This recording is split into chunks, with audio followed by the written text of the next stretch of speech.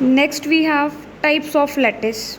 As we know, there are many ways of arranging the points in lattice, but the points in lattice should have identical surroundings and must obey the symmetry operation. So, the lattice which obey such conditions are called Bravais lattice, which is the name of the scientist who developed this feature, who developed this factor also.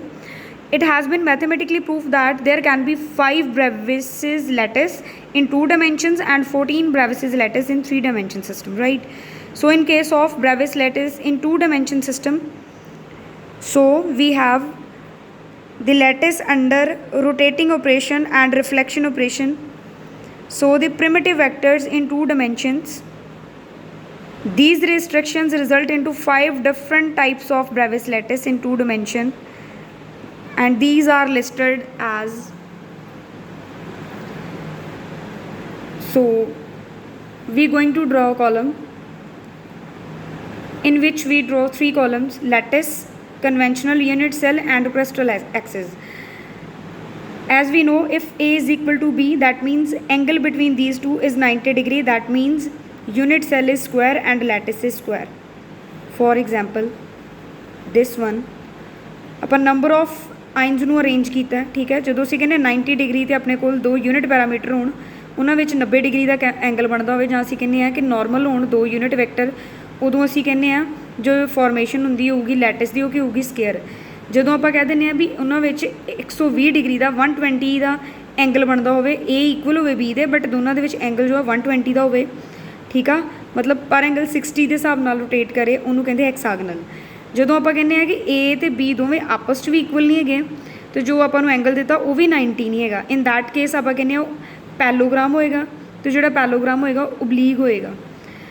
ਅਗਰ ਅਸੀਂ ਕਹੀਏ ਕਿ A equal ਨਹੀਂ ਆ B ਦੇ, ਜਦੋਂ A ਅਤੇ B ਦੀ length ਆਪਾਂ ਨੂੰ ਨਹੀਂ ਗਿਵਨ, ਬਟ ਬਣ ਰਿਹਾ ਐਂਗਲ ਵਿੱਚ ਜੋ ਹੈ ਉਹ 90 ਡਿਗਰੀ ਹੈ, ਉਸ ਕੇਸ 'ਚ ਆਪਾਂ ਕਹਿੰਦੇ ਇੱਕ ਰੈਕਟੈਂਗਲ ਡਰਾ ਹੋਊਗੀ। ਜੋ ਰੈਕਟੈਂਗਲ ਡਰਾ ਹੋਊਗੀ ਉਹਨੂੰ ਕਹਿੰਦੇ ਆ ਪ੍ਰਿਮਿਟਿਵ ਰੈਕਟੈਂਗਲ। ਜਦੋਂ ਅਸੀਂ ਕਹਿੰਦੇ ਹਾਂ A ਇਕੁਅਲ ਨਹੀਂ ਆ B ਦੇ, ਸੇਮ ਐਂਗਲ ਬਣ ਰਿਹਾ 90, ਅਗੇਨ ਇੱਕ ਰੈਕਟੈਂਗਲ ਆ, ਠੀਕ ਆ, ਪਰ ਜਿਹੜਾ ਇੱਕ ਲੈਟਿਸ ਆ ਉਹਦੇ ਸੈਂਟਰ 'ਚ ਆ ਰਿਹਾ, ਫਿਰ ਉਹਨੂੰ ਕਹਿੰਦੇ ਆ ਸੈਂਟਰ ਰੈਕਟੈਂਗੂਲਰ, ਠੀਕ ਹੈ ਜੀ। ਆਹ ਸੀਗੀਆਂ ਇਹਦੀਆਂ 5 ਟਾਈਪਸ ਕਾਹਦੀਆਂ, 2 ਡਾਇਮੈਂਸ਼ਨ ਬ੍ਰੈਵਿਸ ਲੈਟਿਸ ਦੀਆਂ। ਨੈਕਸਟ ਆਪਣੇ ਕੋਲ ਆ ਜਾਂਦਾ crystal system and ਬ੍ਰੈਵਿਸ lattice in 3 dimension. 3 dimension ਦੇ ਵਿੱਚ ਨੰਬਰ ਆਫ ਪਿਕਚਰਸ ਆ, ਜੋ ਮੈਂ ਤੁਹਾਨੂੰ ਡਰੋ ਕਰਕੇ ਸਮਝਾਉਂਗੀ। ਪਹਿਲਾਂ ਇਹਦੀ ਡੈਫੀਨੇਸ਼ਨ ਦੇਖ ਲਓ ਜਸਟ।